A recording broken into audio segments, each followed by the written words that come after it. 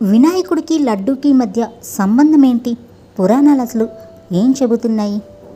వినాయకుడికి లడ్డూకి మధ్య సంబంధం గురించి పురాణాల్లో ఒక కథ ఉంది. చిన్న పెద్ద ఎప్పటి నుంచో ఎదురు చూస్తున్న వినాయక చవితి వచ్చేస్తుంది.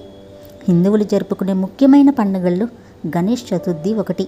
వినాయక చవితి వచ్చింది అంటే చాలు అందరికీ గణనాథుడి విగ్రహంతో పాటు ఆయన చేతిలో ఉండే లడ్డు కూడా గుర్తొస్తుంది. వినాయకుడి చేతిలో తప్పకుండా లడ్డు ఉంటుంది.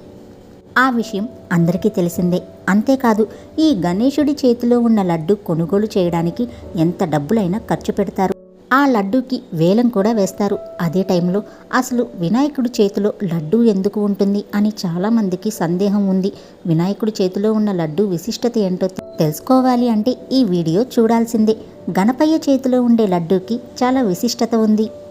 ఆ లడ్డు కేవలం ఒక తీపి పదార్థమే కాదు, జ్ఞానం, ఆనందం, సంపూర్ణత్వానికి సూచిక అని పండితులు చెబుతూ ఉంటారు. దీనిని తినడం వలన మంచి జ్ఞానం పొందడమే కాకుండా సంతోషాన్ని కూడా పొందుతారు. అందుకే గణపతి లడ్డు వేలంలో చాలామంది ఎక్కువ డబ్బులతో కొనుగోలు చేస్తూ ఉంటారు. అంతేకాదు, పురాణాల ప్రకారం గణపయ్య లడ్డూకి ఓ కథ కూడా ఉందని పండితులు చెబుతూ ఉంటారు. పురాణాలు ఏం చెబుతున్నాయి అంటే, వినాయకుడు కార్తికేయుల మధ్య ఒకరోజు పోటీ జరిగింది. ఆ పోటీలో శివుడు ఒక పరీక్ష పెడతాడు. అది ఏమిటి అంటే, కార్తికేయ గణేశుడు ఎవరైతే భూమండలాన్ని తిరిగి ముందుగా ఎవరైతే నా దగ్గరికి వస్తారో వాళ్ళే విజయులు అని చెబుతారు. ఈ పోటీలో భాగంగా తల్లిదండ్రుల చుట్టూ 3 సార్లు ప్రదక్షిణ చేయాలని గణేశుడు నిర్ణయించుకుంటాడు. కార్తికేయుడు తన మయూరంపై ప్రపంచాన్ని చుట్టి వస్తాడు.